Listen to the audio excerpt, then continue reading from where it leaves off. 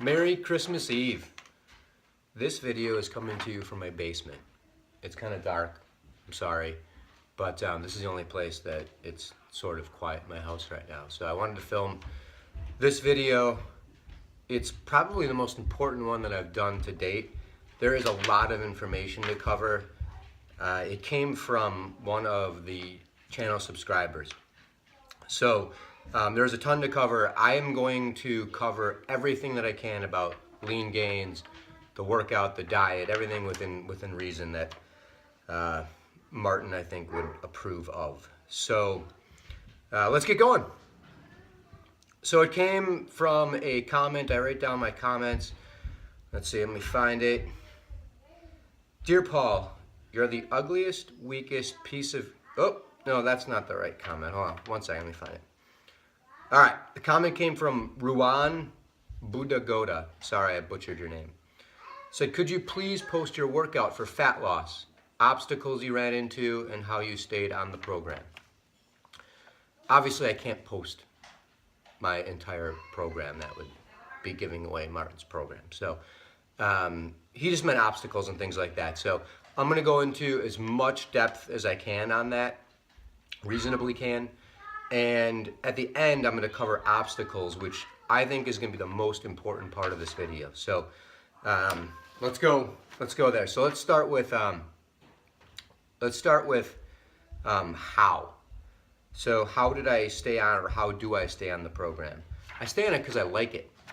And I'm highly motivated to get stronger. So if it's something you like, it's something that's easy to stay on. I think if you don't like it, then you probably shouldn't be doing it. So if you really want it, you'll stay on the program. I think it's as simple as that. I've strayed from the diet, and I'll talk about that, but one thing that I do not do is miss workouts. I don't do it. The only time I do is if I'm on vacation. So that's half the battle, maybe a little bit less than half the battle, because I think the diet is probably the most important part of it, but you can't miss workouts either, obviously. You're not going to get stronger by just eating all the time. You just get fatter. Let's see here. So I wrote all this stuff down, sorry, but I want to make sure I cover everything that I think is important. All right, so the program. So I'm going to start with fat loss first. So fat loss program is 3 days a week of heavy weightlifting, 4 days a week of walking. There's no high intensity cardio type of training, anything like that. It is literally just walking at a brisk pace 4 days a week. And then, like I said, in the gym 3 days a week. That's it. The workouts probably take an hour tops. So it does not take that much time. It really doesn't. And I think that's the great thing about it. The lifts. So there's no magic Leangains lifts. When you see the program, you're gonna be like, that's it. Those are the lifts. It's nothing that, if you've ever lifted weights before, it's nothing that you haven't heard of, I would suspect. So the beauty behind the programs and the science behind it is what he does specifically for you. I'm sure everyone's can vary a little bit. The number of reps, so the rep range you do, that's where a lot of the science is, and the number of sets that you do. I will say that there's ample rest in between sets, which if you're lifting heavy weights, you really do need, especially if you're starting with your heaviest weight. It's reverse pyramid training. So pretty much everything is reverse pyramid training. I'll give an example of a lift that's not. He has me doing calf raises 1 day a week, though that's not reverse pyramid training, but everything else essentially is that. So you're starting, other than your warm-up sets, you're starting with your heaviest weight first. Let's see, what else do I want to say? So the diet on the fat loss.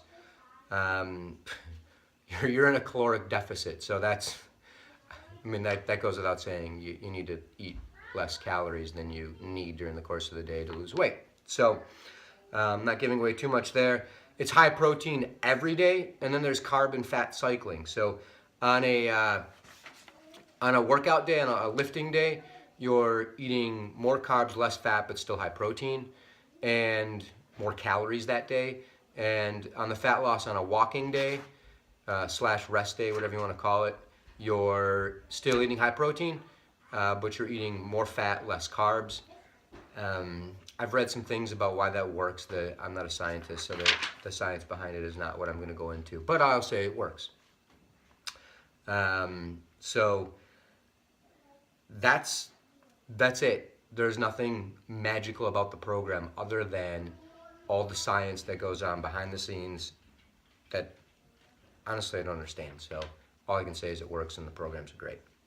So we'll go into the muscle bulk. So the bulk, 4 days a week in the gym, and that's it. The other 3 days, there's no walking, there's no cardio, other than just living your life. I mean, obviously, unless you sit around and watch TV all day, you're gonna have some sort of cardio and some things you're gonna do. But there's no planned cardio in the muscle gain / bulking program. And Martin will say that if you want to gain muscle, you do that program. If you want to lose fat, you do the fat loss program. But it is very typical in the fat loss program to gain muscle. I did. And I think it's probably pretty typical in the muscle gain program to lose some fat. I did a fat loss first, which I shouldn't have done, but I did. So have I lost fat in the bulk? No, I haven't. My body fat was super low, so I didn't lose fat. I've gained fat, and I actually went off the diet for a while, so I'll talk about that. That's an obstacle.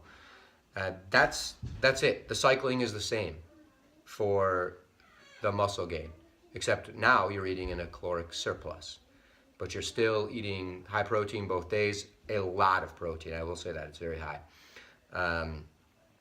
and low carb on a rest day and higher fat, and vice versa on a workout day. So that's it on that part. So obstacles. This is the most important part of what I'm going to cover. Again, I wrote this stuff down. I don't like to read from a script when I do these, but I want to make sure I cover everything.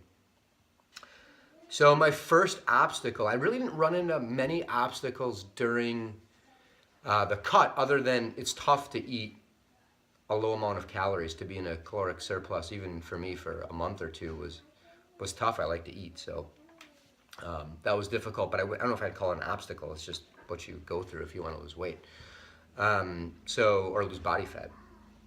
So partway through my bulk, I went on a vacation for a week, and I had never planned during the vacation to work out. All I wanted to do was intermittent fast and then eat whatever I wanted. We went to Colorado, so we're gonna do a lot of hiking, and I kind of figured I could eat whatever I want and probably not gain a ton of weight because of all the hiking we were doing.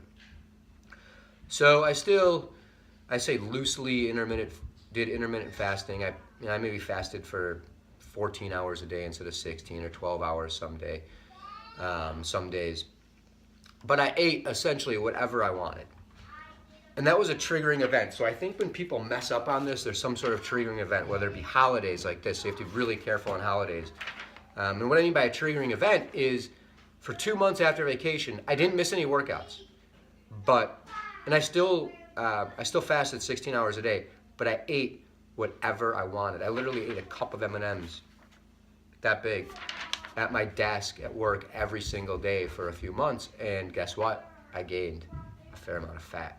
Didn't miss a workout, but the diet is so important that I gained way more fat than I wanted to, and I have more fat in my body right now than I probably should doing a lean bulk, but my number one goal right now is to gain strength.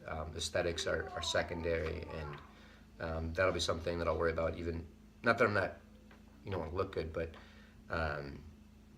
gaining muscle and getting stronger is the top priority right now, and you have to prioritize things. So I had that triggering event. I ate whatever I wanted. I got used to it. I'm a big believer that people can be addicted to food. I certainly am. So when you have that triggering event where you eat a lot of food for even a couple of days or a week, it will, I think, feed the addiction, and then you just go on a rampage for a couple of months and get off your program. That's exactly what happened to me. What else as far as obstacles? Some joint pain when you start to you're able to lift heavier and heavier weights. I do experience when I do bench press sometimes with heavy weights. I experience a little bit of joint soreness in my wrists for a day. Maybe it goes away. I don't take aspirin or anything like that. I would stay away from that stuff, pain medicine and aspirin and stuff like that, as much as you possibly can. But it goes away. after doing heavy deadlifts, is my back sore for a couple of days? Yeah, it doesn't hurt. I didn't injure myself, but it's sore, and it's normal stuff. So I would say just get through it and don't worry about it. Another obstacle, Martin is not there watching you. So it's not like you're hiring a personal trainer and going to a gym and they're watching your form and everything that goes along with it. And I would say this is the hardest part of the program, and the biggest downfall is you're not hiring someone that's right there. But if you go local and try to find someone, chances are you're, let's say, 100% sure you're not going to find a program as good as this. So you're responsible for form and learning. That learning is all on you. And I have some ideas, something that I just came across that I'm going to go into in a second. So with form, if you're on the waiting list and you're waiting to do Leangains, I'm going to give you a tip.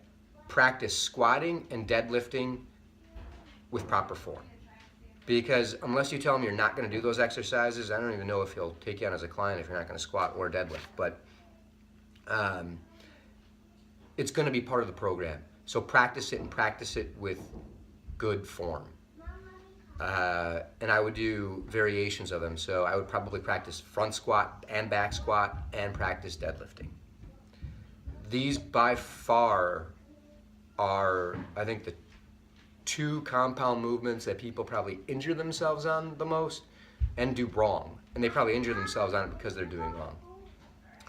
And I just recently figured out that I was not squatting correctly. So I started out, I believe, squatting correctly, and then as I got into heavier and heavier weights, I wanted to do heavier and heavier weights. So what did I do? I lost some range of motion. So I just simply wasn't going down far enough on my squats. And I figured that out and I fixed it, but what have I done? I've actually decreased what I'm squatting starting last week by 30%. And the reason is I want to make sure I get this form down and I get it correct. And probably 30% is too much. I think 25, 30% is what I went down. I'll raise now in 10% increments versus 5 because I can squat more than what I'm doing. But I want to make sure I nail my form. It's really, really important. My personal definition of good form is so solid range of motion, so getting almost all of the range of motion within whatever exercise you're doing, and not hurting yourself. So pretty simple. If you're hurting yourself all the time, there's probably an issue with form. And maybe you're trying to do too much. So how do you learn form? Martin tweeted out a link from a guy that's on YouTube named Alan Thrall, and I'll post a link at some point in this video, but it's Alan, A-L-A-N, Thrall, T-H-R-A-L-L. His videos on form for almost anything you can think of are excellent, and they're funny too. So I would definitely check out his webpage for squatting and deadlifting. And there's another super, super important video. This is something that I've never done or even heard of. It's called the Silva maneuver for squatting. It probably applies to more lifts than just squats, but it's a breathing technique for your squats. I've never read about it. I've just tried it and it seems to work pretty well. This isn't a how-to video, so I have no business teaching people how to do things with proper form. But the Valsalva technique is a breathing technique. I would Google it. I would go to Alan Thrall's website or his YouTube channel and watch that video. It's really, really good. His content is awesome. So practice that stuff. Practice the form. Especially if you're on the waiting list, practice it for a little bit, I think with lighter weights, to make sure you get your form down correctly. And that is, I think that's it. I hope everybody has a Merry Christmas and a Happy Hanukkah. Thank you very much for watching my YouTube channel. If you like it, click the like button. And also, if you have friends that are interested, please tell them about it. I really would appreciate it. This is a lot of fun. And as always, please comment whether you like it or dislike it or what kind of type of content you want to see. I want to do what people want to hear about. So thanks so much, and please do comment, and I try to respond as soon as I can. Thanks so much. Have a great holiday.